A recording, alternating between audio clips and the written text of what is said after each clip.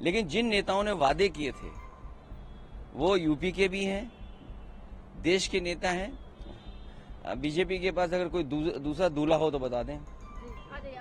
Tweet मैं इसलिए कर रहा हूं कि मुझे तकलीफ और परेशानी की जानकारी मिल रही है। अल्लाह के प्रयागराज के लोग हाउस अरेस्ट हो गए हैं।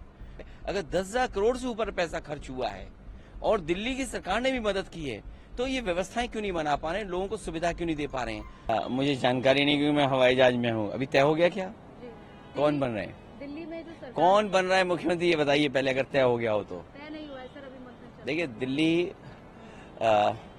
ये अलग बात है, चुनाव में हार जीत होती है।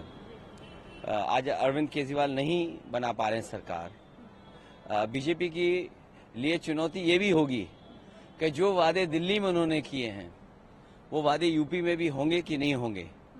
वो यही कहेंगे कि वो स्टेट का इलेक्शन था, ये दिल्ली का इलेक्शन नहीं था। लेकिन जिन नेताओं ने वादे किए थे वो यूपी के भी हैं, देश के नेता हैं। तो जो वादे उन्होंने दिल्ली के लिए क्या यूपी में उन पर लागू करेंगे कि नहीं, ये सबसे बड़ी चुनौती आने वाले समय में सरकार की होगी। सर इंडिया ब्लॉक को लेकर कहा जा रहा है क्योंकि कांग्रेस और आम आदमी पार्टी की वजह से आपको लगता है दिल्ली में जीत पाई है बीजेपी?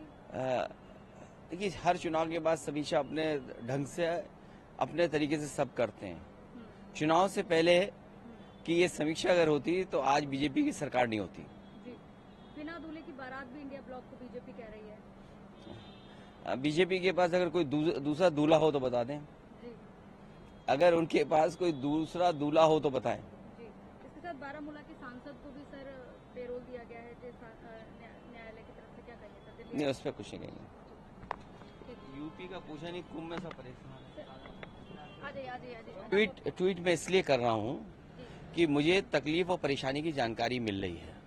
अभी अखबारी की अगर बात माने तो 300 किलोमीटर का लगभग वहां पर जाम लगा हुआ है। प्रयागराज में जितने भी रास्ते हैं आने जाने के सब पे जाम है। पहली बार ऐसा देखने को मिल रहा है कि प्रयागराज के लोग हाउस अरेस्ट हो गए हैं। वो न बाहर जा सकते हैं न कोई उनके पास मिलने आ सकता है। जो इंतजाम सरकार को करने चाहिए थे और सरकार ने सबको बुलाया है। 100 करोड़ का इंतजाम करने वाले 40 करोड़ का इंतजाम क्यों नहीं कर पा रहे हैं? और तब जब इनकी डबल इंजन की सरकार है, बजट दिल्ली ने भी दिया होगा, यूपी ने अपना 10,000 करोड़ से ज्यादा पैसा लगाया। सोचिए, कल्पना कीजिए, अभी तक का सबसे महंगा ये कुंभ होने जा रहा है।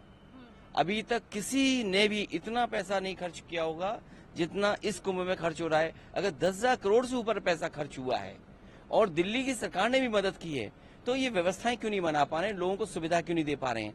लोग वॉशरूम कहाँ जाएं, गाड़ियों में कैद हैं, गाड़ियां चल नहीं पा रही हैं।